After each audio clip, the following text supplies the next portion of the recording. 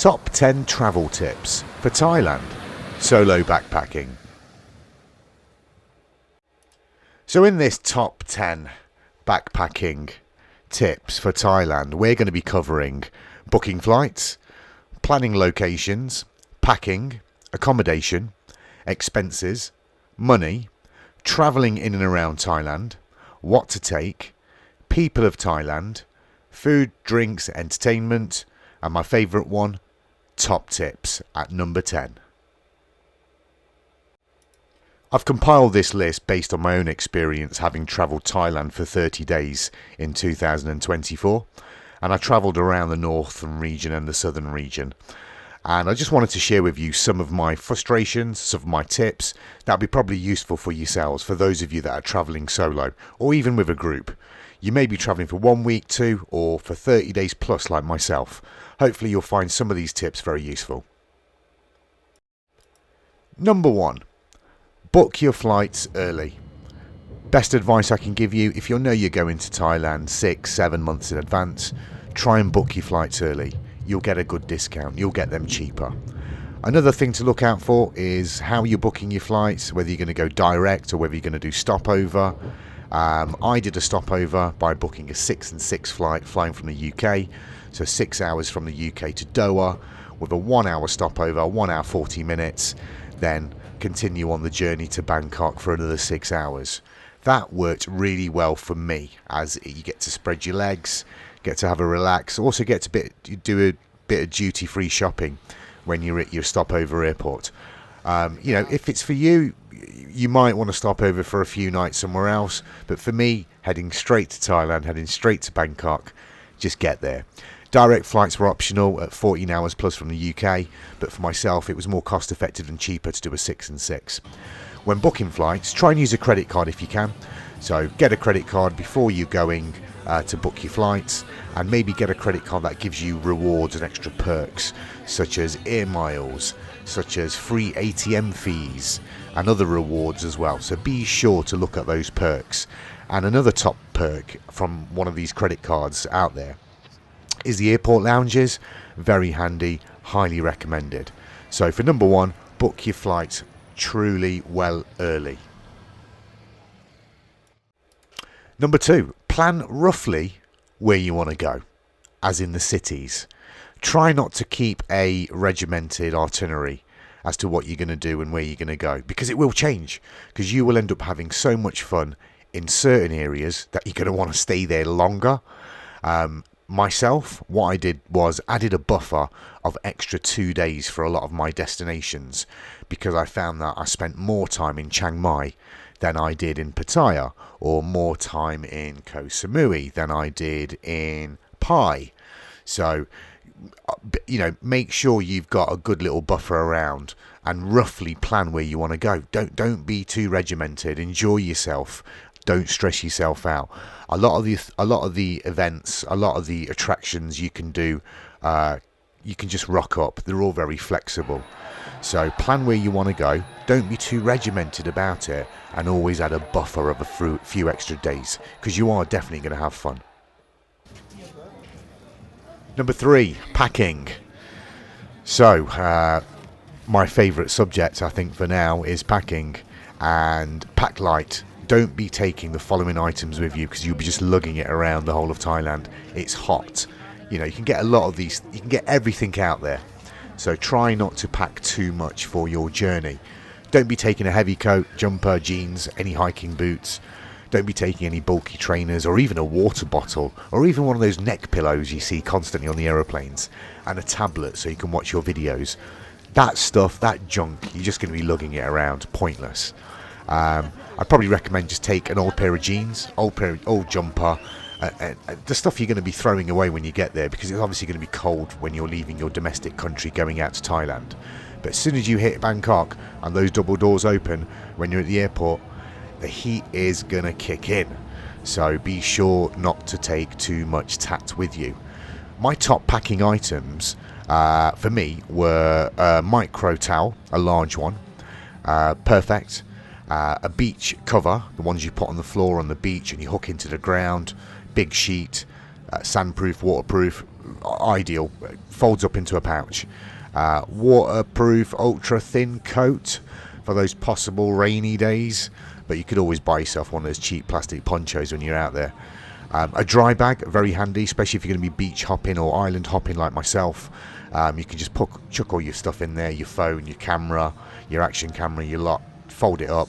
I was practically swimming with mine from island to island, so it was really good. Earbuds. Take earbuds. Don't take headphones with you. They're too big. They're just too bulky, and you'll probably end up only using them once or twice anyway when you're on the plane. So think light. You don't need all that tap with you. Another thing to take with you is waterproof phone or phone case. That would be ideal for you to take, and a phone charger. Also, one battery pack. Don't be lugging around extra battery packs. One is enough. Sunscreen, because obviously sunscreen out there in Thailand does have whitening in some of their products, so be sure to take your own sunscreen from your domestic country. And another good purchase is water walking shoes.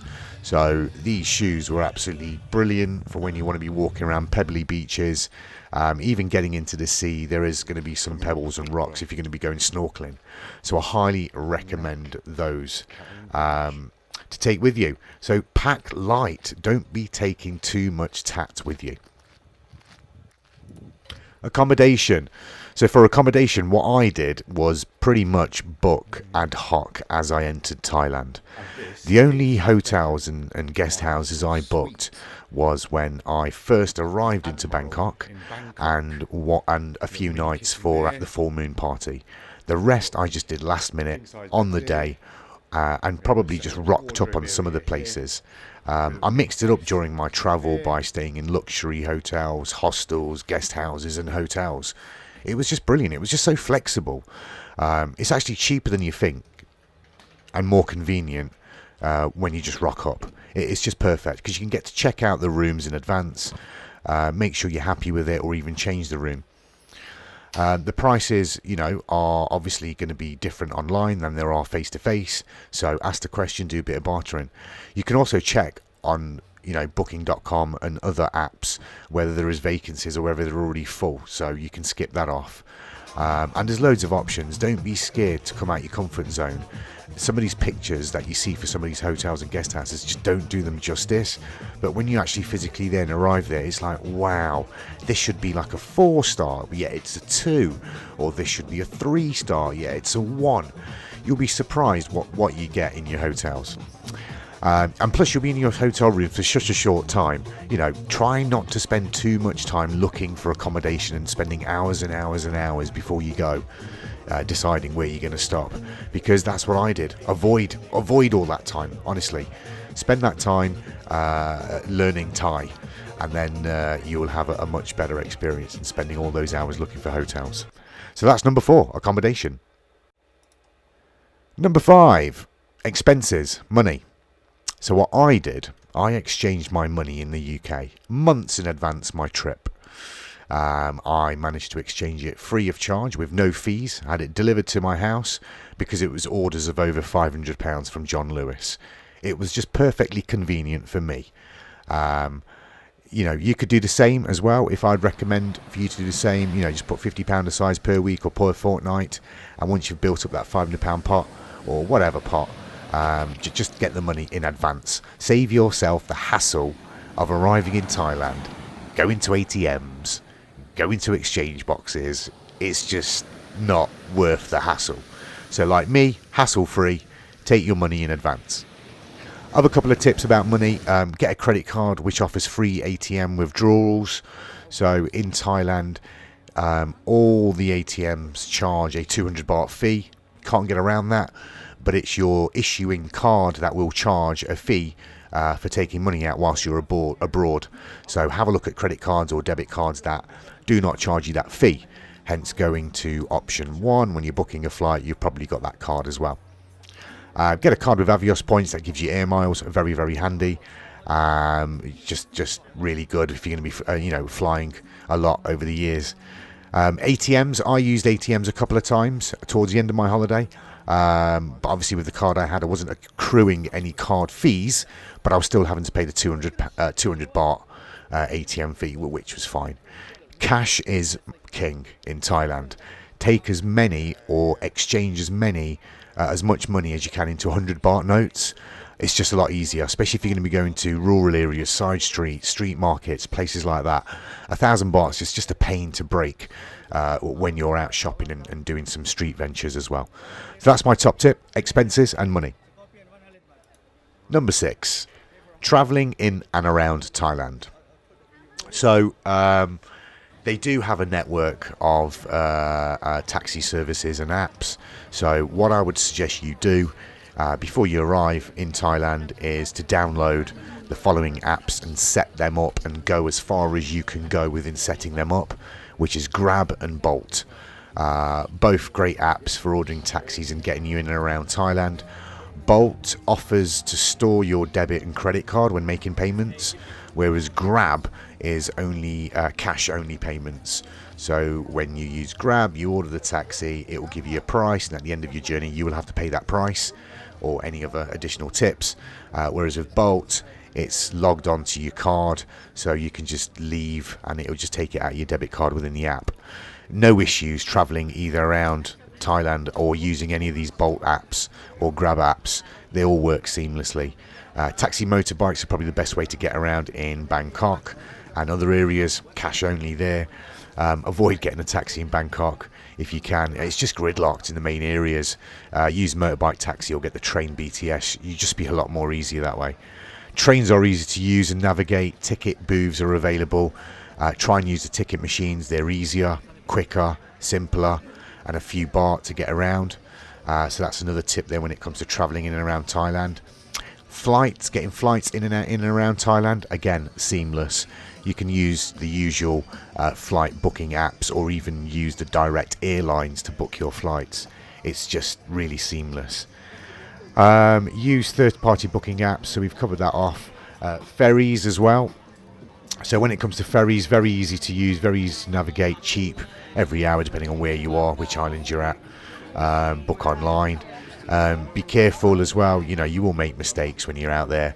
Like myself, I booked a ferry for one time, realised it was the wrong time. I could get there 5 hours earlier, so I had to book another ferry. You can't get refunds for some of these things, so just bear that in mind. And same with airlines and also luggage as well. You can buy extra luggage internally within Thailand when you're getting all those flights and ferries as well. So you just pay for it, pay as you go.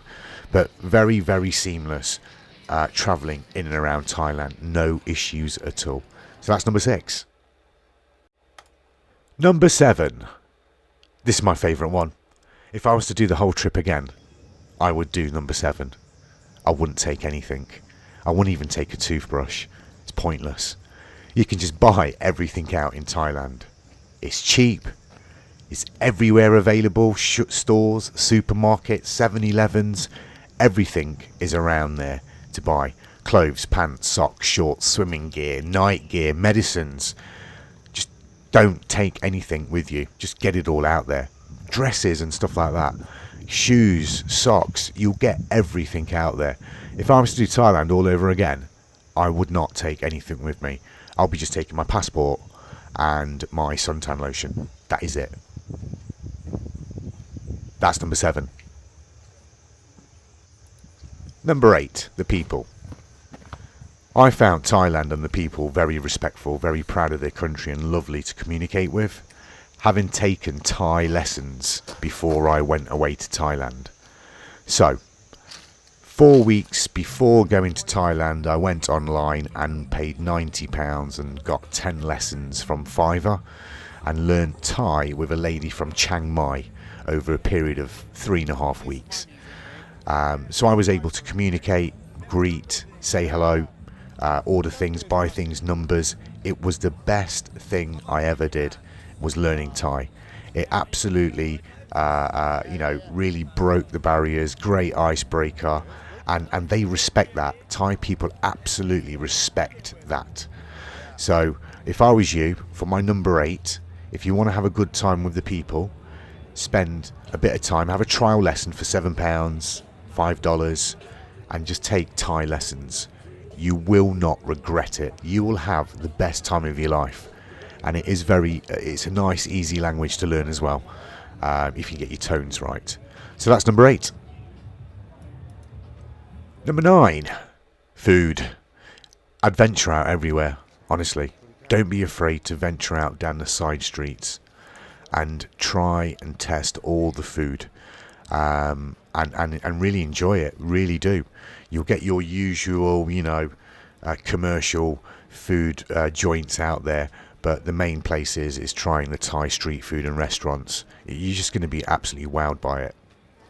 The water, I didn't drink the Thai local bottled filtered water. I simply went for the better branded versions just to avoid any tummy aches, because their filtration's slightly different than the branded versions of the bottles. So to avoid any tummy aches and upsets, go through that. There's plenty of choices in buying water and buying food in supermarkets. Everything's cheap out there. Drinks are cheap out there. There's 7-Elevens everywhere, scattered across. There's one on every street corner, one on every 500 yards. So you won't be without a local convenience store out. So enjoy the food for number 9. Number 10. So these are my top tips, pretty much amalgamated from amongst all of the other tips I've given out here. So my idea of keeping things cheap and simple, if you are going to be taking things with you out to Thailand and travelling backpacking, I'd probably advise go to your local charity shops for your holiday gear, because you'll be surprised what you can get for cheap, from a clothing perspective, waterproof gear, rucksacks, swimming gear, things like that. So have a look at charity shops. Don't be afraid to check out those and take them with you. Again, if I was doing it again, I'd be following rule number 7, not be taking anything. But have a look at that for top tips. When leaving Thailand, go to your shopping centres last to buy your souvenirs, so you're not lugging it around. Also remember to buy yourself a little coat, jumper and jeans, because you're going to be freezing when you come back to the UK, if you are coming into the UK or anywhere else. Don't book anything in advance, as in a lot of the itinerary and tourist sites, because you can do a lot of that last minute. It's very, very flexible out there. It's just going back to adding a buffer, because you are going to have so much fun in certain regions. You don't want to put pressure on yourself by thinking, oh, actually, I've got to go to the elephant sanctuary in Chiang Mai tomorrow, so I'll have to leave where I am now. But skip that. You can do the elephant sanctuary very last minute. It's all very flexible. Scooter hire, very seamless. Read the Google reviews where you are before you are actually taking out a scooter. Very, very helpful. Take photos if you need to, and feel free to negotiate. I mean, an example is that if you are going to be going to a beach all day, really the travel time is only going to be 40 minutes, 20 minutes there, 20 minutes back, and you're not going to be using much fuel. If you are going to be using a scooter for the day, just simply, explain to him you'd like the bike for just Sam Chua Mong, 3 hours, and then you'll be surprised how much of a discount you'll get. And yeah, do that. And obviously, once you've learnt your Thai, you're going to have a better rapport and negotiating skills as well. Another one for my top tips is snorkeling.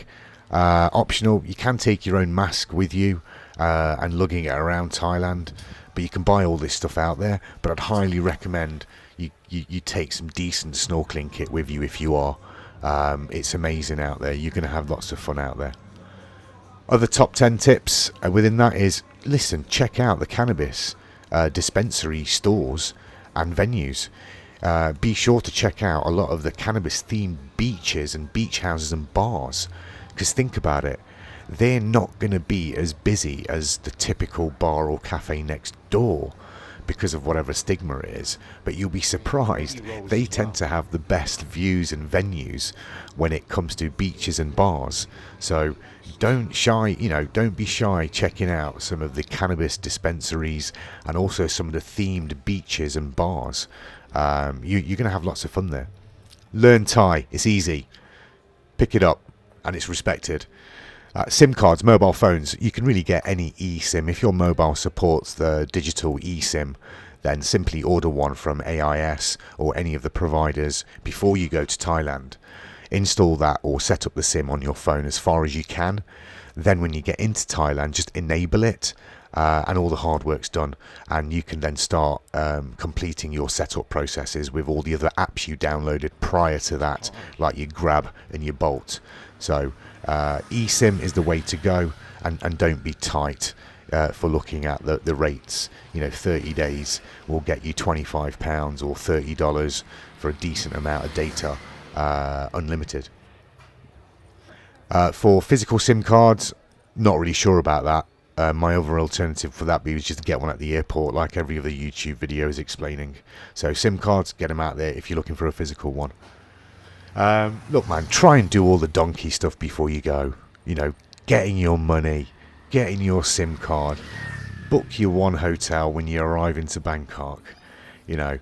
Do all of that faff work before you go. You'll be surprised how much it's going to help, and you're not going to be worrying about it once you get there. It's just going to be so relaxing. You'll be really chuffed about it. SIM cards, travel money, get all that before you go. Try not to waste time getting it out there, and avoid the queues, avoid the stress of it all. So look, hope you enjoyed the video. Those are my top 10 tips based on my own journey traveling in and around Thailand for 30 days in 2024. Thanks very much. Hope you enjoyed it. Drop us a like, leave us a comment if you've got any questions. Catch you later.